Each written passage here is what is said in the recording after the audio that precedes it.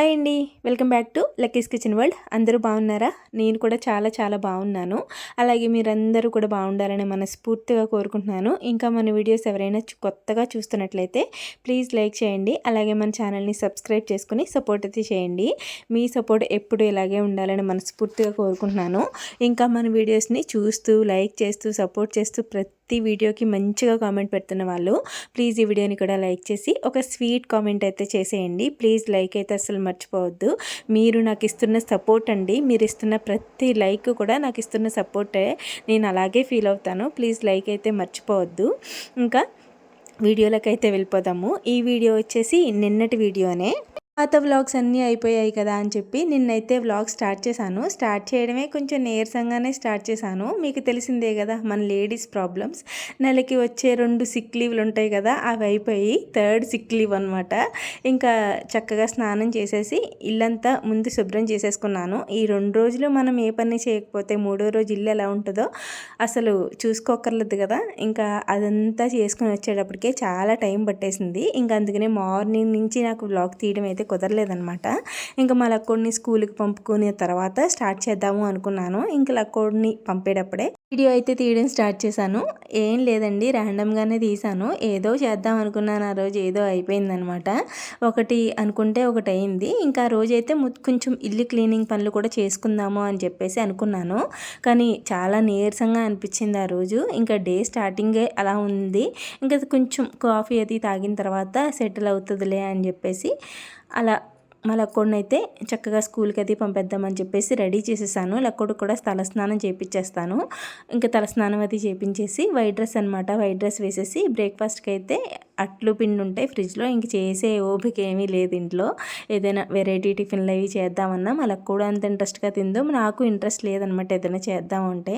మినపిండి ఉంది కాబట్టి మినపట్టు వేసేసి పెట్టేశాను అనమాట. ఇంకా లక్కోడు లంచ్ బాక్స్లోకి అయితే ఎగ్ రైస్ చేసి పెట్టేశాను. కొంచెం సింపుల్గా అయిపోతుంది. తర్వాత మనకి ఏదైనా వంట చేసుకోవచ్చులే అని చెప్పి ఆ రోజు మా హస్బెండ్కి కూడా బయట భోజనాలు ఉన్నాయన్నమాట. ఇంకా ఎలాగో భోజనాలు ఉన్నాయి కదా, నాకు ఒకదానికే కదా, ఏదోటి వేసుకొని తినేయచ్చులే అని చెప్పేసి అనుకున్నాను. నేనే కాదు, మ్యాక్సిమం ఆడవాళ్ళందరూ ఇలాగే అనుకుంటారు. ఇంకా ఇంట్లో పిల్లలకి వండి పెడతాం కానీ హస్బెండ్ బయటికి ఏదైనా భోజనాలు ఉన్నాయి అంటే మనకి అంటే పెద్ద వండుకోకబుద్ధి అయ్యేది కదా, ఏదైనా చేసుకోవాలి తినాలి అని అనిపించదు. ఎందుకంటే ఉండే కొంతసేపు రెస్ట్ తీసుకోవచ్చులే, కొంచెం ఖాళీగా కూర్చోవచ్చులే, పడుకోవచ్చులే అనిపిస్తుంది అనమాట. వంట చేసుకుని తినాలా ఏంటి అనిపిస్తుంది. కానీ ఒక్కొక్కసారి చేసుకొని తినాలి అనిపిస్తుందిలేండి. చేసుకొని తినాలన్నప్పుడు తినేయడం.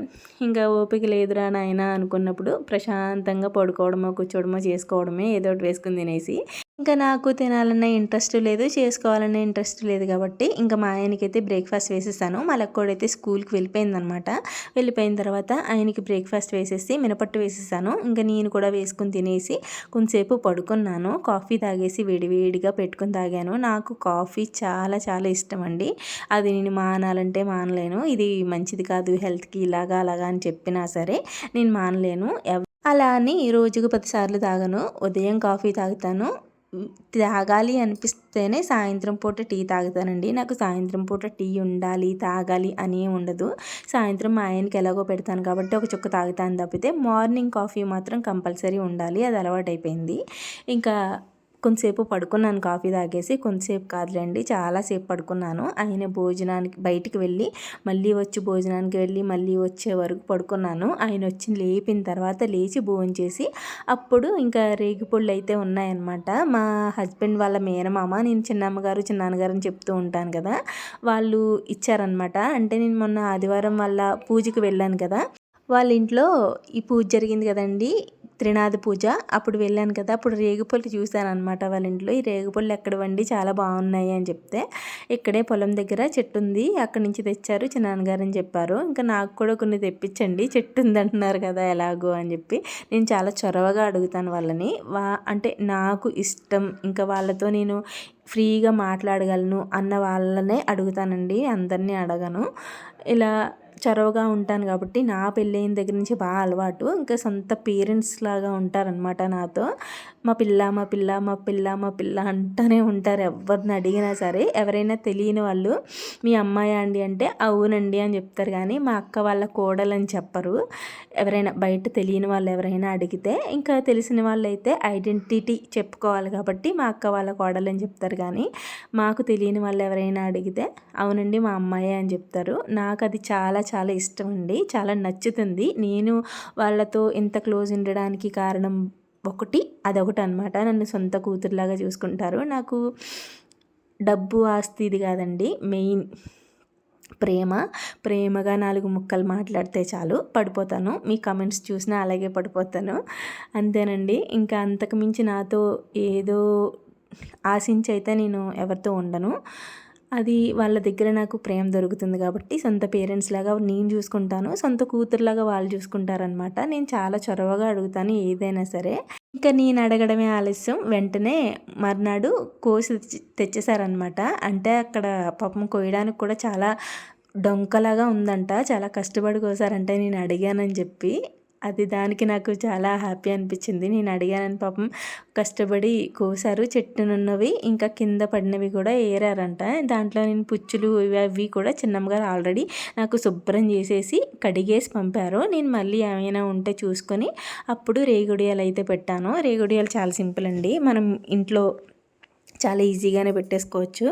నన్ను అడిగితే బయట రేగుడియాలు కన్నా మనం ఇంట్లో ఇలా కొన్ని పెట్టుకున్నా, ఇంట్లో ఇలా పెట్టుకున్నాం అనుకోండి ఆ టేస్ట్ వేరే ఉంటుందన్నమాట, చాలా బాగుంటుంది. నేనైతే ఇలాగ పెట్టుకుంటాను. పచ్చిమిర్చి, జీలకర్ర, చింతపండు, బెల్లం వేసి పెట్టుకుంటానండి. చింతపండు వేయక్కర్లేదు అంటున్నారు, కానీ నేనైతే చింతపండు కూడా వేసుకుంటాను. ఎందుకంటే రేగు పండులో కొంచెం వగరుంటుంది, ఇంకా అది పుల్లగా ఉంటుంది, తీయగా ఉంటుంది, కానీ సరిపోదన్నమాట. చింతపండు బెల్లం కూడా వేసుకుంటేనే ఆ టేస్ట్ బాగుంటుంది. ఇంకా పండు పచ్చిమిర్చి కొంచెం ఎక్కువగా వేసుకున్నాం అనుకోండి, స్పైసీగా తినే వాళ్ళకి, రేగుడియాలు స్పైసీగా తింటారు కదా, వాళ్ళకి చాలా బాగా నచ్చుతుంది. నా దగ్గర అయితే అప్పటికప్పుడు పండుమిర్చి లేవన్నమాట, అందుకని పచ్చిమిర్చి వేసుకుని చేసేసుకున్నాను సింపుల్గా ఈజీగా. ఫస్ట్ అయితే పచ్చిమిర్చి, జీలకర్ర, చింతపండు, బెల్లం మిక్సీ పట్టేసుకున్నాను. కళ్ళుప్పు వేసుకోవాలండి, కళ్ళుప్పు వేసుకుంటేనే టేస్ట్ బాగుంటుంది. ఇంకా కళ్ళుప్పు వేసేసుకొని అది కొంచెం కచ్చాపచ్చగా మిక్సీ పట్టేసుకొని తర్వాత రేగుపళ్ళని మనం దంచుకుంటాం కదా, దాంతో దంచేసుకుంటే సరిపోతుంది. మిక్సీ వేసామనుకోండి రేగుపళ్ళలో ఎక్కువ ఉంటుంది కదా, ఆ ఎక్కువ కూడా పగిలిపోయి మనం తినేటప్పుడు నాలుకి కొట్టుకుపోయినట్టు ఉంటుందన్నమాట. ఆ ఎక్క అనేది రాసిపోయినట్టు మనకి నాలుకి బద్దలాసిపోతుంది మనం రేగుడియాలు తినేటప్పుడు. అందుకని ఆ ఇక్క పగలకుండానే మనం దంచుకుంటే, అంటే విడిగా దంచుకుంటే, మిక్సీలో వేసుకోకుండా విడిగా దంచుకుంటే ఇక్క అనేది పగలదు, కానీ గుజ్జు వస్తుంది అనమాట. దాంట్లోంచి రేగుడియాల్లోంచి గుజ్జు వస్తుంది, రేగుపళ్ళలోంచి గుజ్జు వచ్చేస్తుంది. అప్పుడు మనం అది గుజ్జు బాగా వచ్చిన తర్వాత ఈ మనం చేసి పెట్టుకున్న పేస్ట్ ఉంది కదా, పచ్చిమిర్చి పేస్ట్, అది కూడా వేసేసుకొని ఇంకో 10 నిమిషాలు కుమ్మేసుకుంటే రేగుడియాలు చక్కగా పెట్టేసుకొని అవి పూర్తిగా ఎండిన తర్వాత ఇదేనండి. నేనైతే పెడుతుండగానే సగం సగం తినేస్తూ ఉంటానన్నమాట. ఇంకా అవి ఎండేటప్పటికి నాకు ఎందుకో తెలియదు, ఎండక ముందే అలా ఒక్కొక్కటి తీసుకుని తినేస్తాను. పచ్చిగా ఉన్నా సరే చాలా ఇష్టం, తినేస్తూ ఉంటాను. అది కుమ్మేటప్పుడే కొంచెం కొంచెం చేతికి వేసి టేస్ట్ పేరుతో ఒక 2 రేగుడియాలు పిండినైతే తినేసాను. పిండి అంటే గుజ్జుని తినేసాను అనమాట. ఇంకా ఎండుతున్నప్పుడే తినేస్తూ ఉంటాను, కానీ ఈసారి కంట్రోల్ చేసుకోవాలి, పూర్తిగా ఎండనివ్వాలి అనుకున్నాను. అంతేనండి, ఇంకా రేగుడియాలు పెట్టేసి లోపలికి వచ్చి కొంచెం టీ పెట్టేసుకొని పనులు అయితే మొదలు పెట్టేసుకున్నాను అనమాట. ఈవినింగ్ పనులు బయట వాకిళ్ళు అవి తుడిసేద్దాము అని చెప్పేసి. మా ఊర్వశి అయితే కొంచెం సెలవులు తీసుకుంటుంది, రావట్లేదు. ఇంకా రేపటి నుంచి వస్తానమ్మా అని చెప్పింది అనమాట. ఇంకా ఆ రోజుకి నేనే చేసుకోవాలి కదా అని చెప్పి ఫస్ట్ అయితే ఇంకా మర్నాడు ఇల్లంతా క్లీన్ చేసేసుకుందాము, కడిగేద్దాము అని చెప్పేసి టీ తాగేసి ఫస్ట్ అయితే గ్యాస్ క్లీన్ చేసేసుకుంటున్నాను. గ్యాస్ అది శుభ్రం చేసేసుకొని సామాన్లు తోమేసుకొని ఇంకా టేబుల్ దగ్గర ఇంకా ఇల్లంతా మళ్ళీ అక్కడ చాలా చిరాకు చేసేసింది. నెయిల్ పాలిష్ అది కూడా తీసేసి పెట్టేస్తే అది తీసి బయట పడేసాను అనమాట. అది ఏం చేసింది, నా చేతుల నుంచి కిందకి జారి పగిలిపోయింది. పగిలిన తర్వాత ఇంకా అది మళ్ళీ అక్కడ రాకుండా ఎత్తేయకపోతే ఇంకా అది తొక్కేస్తుంది అని చెప్పి నేను కంగారు పడి దాని మీద కాలు వేసేసాను అనమాట. పగిలిపోయిన దాని మీద కాలు వేసేసాను. అది అనుకోకుండా కాలు పడిపోయింది అనమాట. నేను చేతులు కడుక్కుందామని వెళ్ళి వచ్చేటప్పటికి అనుకోకుండా దాని మీద కాలు వేసాను. ఇంకంతే సరక్కమని లోపలికి గుచ్చిపోయింది, చాలా బ్లడ్ పోయింది. ఆయనైతే భయపడిపోయారు. కానీ కంగారు లేదు, పర్వాలేదు నాకు బాగానే ఉందని చెప్పి సర్ది చెప్పి డాక్టర్ని అయితే పిలిచారు. ఇంజెక్షన్ అది చేయించుకొని కొంతసేపు రెస్ట్ తీసుకొని ఇంకా పనులైతే తప్పవు కదా, అలా కుంటుకుంటూ ఈదుకుంటూ చేసుకున్నానమాట. బయట వాకిలి పనులైతే ఏం చేయలేదండి. ఉదయం మనిషిని తీసుకొచ్చి చేయిస్తానులే అని చెప్పారు. ఆ రక్తం చూసి ఆయనైతే బాగా భయపడ్డారనమాట. చాలా రక్తం పోయింది. ఇంకా నాకు కూడా చాలా ఆ టైంలో చాలా నొప్పేసింది. కొంతసేపు టాబ్లెట్స్ అవి వేసుకున్న తర్వాత కొంచెం పర్వాలేదు, నొప్పి తగ్గిందనమాట. అందుకే లేచి చేసుకోగలిగాను. ఇంకా లక్కోడికి పెరుగన్నం అది తినిపించేసి మా కోసం అయితే రొట్టె ముక్క వేసేసుకున్నాము. ఇంకా పనులు అయితే ఏమీ లేవు కానీ చిన్న చిన్నవి ఉంటే చక్క పెట్టేసుకొని ఇంకా టిఫిన్ తినేసి పడుకుని పోయాను. ఇంతే ఈ వీడియో. మళ్ళీ వీడియోలో కలుద్దాం. Thanks for watching. బాయ్.